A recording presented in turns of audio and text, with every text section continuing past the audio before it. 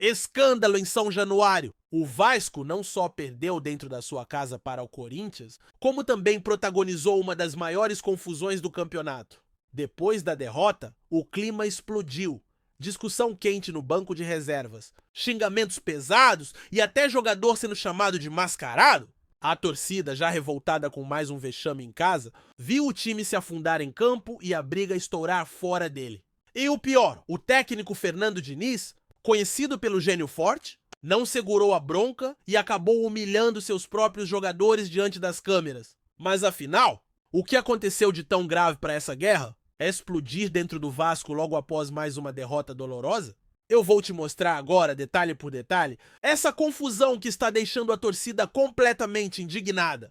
O Diniz, bastante exaltado, o Ryan foi andando. Essa de me xingar, essa de extravasar, mano, do meu jeito ele me colocar numa situação que você não vai conseguir. Esse tipo de questionamento seu faz 15 anos que eu uso. A gente tava recuperando e agora é para você pressionar e voltar. Que o seu estilo tá ultimamente no futebol brasileiro já tá manjado, e aí essa é a dificuldade, ou os adversários estão conseguindo neutralizar as suas armas e o seu estilo de jogo, porque nesse recorte é um recorte que assusta, tendo em vista que o Vasco está lutando para não cair e também provavelmente deve assustar o torcedor.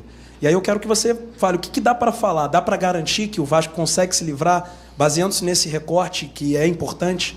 Obrigado. Você fez uma pergunta bem legal para mim, né? Querendo me colocar numa situação que você não vai conseguir. Esse tipo de questionamento seu faz 15 anos que eu uso. Eu posso pegar um recorte maior e falar que eu peguei o Fluminense na de baixamento, foi terceiro colocado, o São Paulo, as duas últimas Libertadores diretas, acho que foi comigo, e por aí vai. E naquela época eu já estava na praça há muito tempo. Mas toda vez que acontece um tipo de declínio, essa é uma pergunta que ela é feita. E tudo bem. Ela é legítima, mas ela carece de sentido, para mim, no sentido só no número.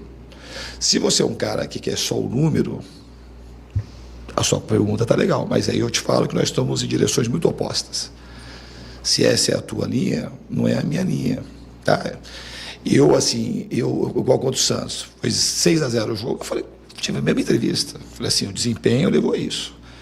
E assim, o desempenho que o Vasco estava tendo, aquilo dava muita segurança, que a gente teria muita chance de sair do rebaixamento e ter mais chance de avançar na Copa do Brasil. Se a gente desempenhar assim, a nossa chance ela diminui muito. Então, o desempenho, ele é uma coisa que eu vou buscar sempre, vou bater sempre o desempenho, um bom desempenho, jogar bem, oferecer pouca chance ao adversário, mas você pode jogar muito bem, criar 10 chances de gol, o adversário 1, e você pode perder de 1-0. Não foi o caso de hoje, mas é o que estava acontecendo, a gente estava com muita chance, muito mais chance de ganhar do que perder até jogos passados. Hoje, a gente podia ter vencido o jogo, porque podia ter conseguido vencer. O jogo foi 3-2, podia ter ganho 2-1, e não ia mudar muita coisa para mim, no sentido, ia mudar, obviamente, uma coisa que importa muito, que é a pontuação, mas não ia mudar naquilo que aconteceu no jogo. A gente ia ter que melhorar, porque se a gente fica desempenhando desse jeito, a nossa chance de perder é muito grande. Bastante, o Diniz, bastante exaltado, o Ryan foi andando e o Ryan apontando agora, ele puxou pelo braço. E o Pumita também está aqui. O Edson, a gente que você não tem monitor aí, evidentemente, e o Diniz agora cobrou o Ryan, claramente, deu para fazer a leitura do labial, você vai se ver comigo, você vai ter uma cobrança mais forte, porque ele deu as costas pro treinador, isso não é legal, né? Um menino que está começando, muito talentoso, a gente tá vai voltar lá, vai voltar lá no Voltou, voltou mesmo, olha lá. A gente tá, isso é ao vivo agora, tá? A gente tava recuperando, e agora... É para você pressionar e voltar. E a gente está mostrando isso mais ao vivo agora. A gente tinha recuperado o momento que o Diniz deu uma encodada mais... E agora ele usa um palavrão que é normal. O torcedor está certo de tudo. Está certo de vaiar, está certo de me xingar, está certo de extravasar. Mano, do mesmo jeito que teve certo de extravasar positivamente contra o Santos, hoje a gente quer o quê? O time quer jogar assim, o quê? Quer aplauso da torcida? Jogar mal, perder o jogo. E quer... Contra o Bragantino a gente não foi vaiado. Perdemos 2-0. O time se entregou, o time foi, lutou, e a bola não entrava, e chuta, e cruza daqui, cruza de lá, e tenta, e tenta, e tenta. Hoje, o time foi digno de vaia, e tem que ser vaiado. O que fazer é trabalhar muito e voltar a fazer as coisas que a gente estava fazendo. Quer jogar bem, quer marcar bem, quer produzir chance de gol.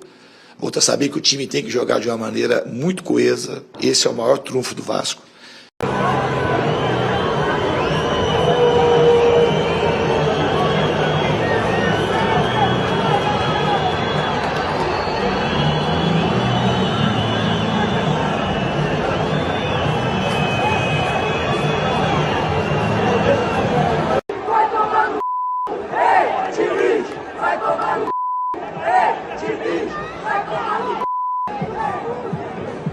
O Fernando Diniz não corre risco de ser mandado embora, não? Acho que por enquanto não, craque Neto. O Pedrinho, o presidente do Vasco, é um grande fã do Fernando Diniz. São Januário, que por sinal, uma coisa desagradável que... Ô Pedrinho, você não é o presidente aí do Vasco? Como é que você deixou os caras comemorar uma morte do torcedor botando 2009? Que foi a morte do torcedor corintiano. Como é que você deixou a torcida entrar em São Januário, colocar todas as galinhas, que todo mundo chama aí, aqueles que não gostam do Corinthians, a galinha preta, não sei o quê, vocês fazem isso aí, todo mundo faz isso. E aí colocar todas elas enforcadas na onde a torcida do Corinthians está, isso não é uma coisa legal, isso não é uma... Mas aí as pessoas não falam isso. Eu falo tanto do Corinthians, tanto do Vasco, comigo não tem esse negócio. E é muito feio o que foi feito aí em São Januário, que é um estádio extremamente importante para a política desse país, para esse país, dar tudo aquilo que tem que pensar em termos de educação. Ô Igor, um jogo onde o Verratti é titular porque os caras falam que ele deixa o time mais lento. Aí tem um pênalti, quem que bate é o craque do time? Não. É o cara que entra, que estava na reserva. Quem tinha que bater? O grande Felipe Coutinho, que tem 3 gols no ano.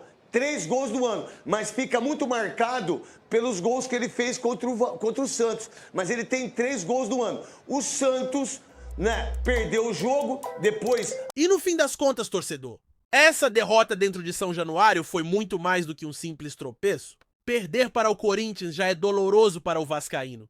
Mas perder em casa do jeito que aconteceu, com direito a briga no banco de reservas e xingamentos pesados, é o tipo de cena que mancha a camisa do Vasco. O que ficou claro é que o problema não é só dentro das 4 linhas. A crise é de vestiário, é de comando, é de ambiente. Quando o técnico explode dessa forma, chamando o jogador de mascarado e humilhando em frente às câmeras, é porque a pressão já passou do limite. E se não houver mudança, se não houver união e cobrança séria, esse tipo de cena vai continuar se repetindo. Agora a grande pergunta é, até quando o torcedor do Vasco vai aguentar esse vexame atrás de vexame? Até quando a diretoria vai fechar os olhos? Para uma situação que já se tornou insustentável? O que a gente viu contra o Corinthians não foi apenas uma derrota, foi um retrato de um clube perdido, sem comando e sem respeito com a sua própria torcida. E aí eu quero ouvir de você, torcedor vascaíno, quem é o principal culpado por esse vexame? Fernando Diniz pelos seus surtos e broncas exageradas? Os jogadores que parecem não ter raça dentro de campo? Ou a diretoria que permite que o Vasco continue nesse caminho de vergonha? Deixa aí sua opinião nos comentários, porque eu tenho certeza que essa polêmica ainda vai render muita discussão nos próximos dias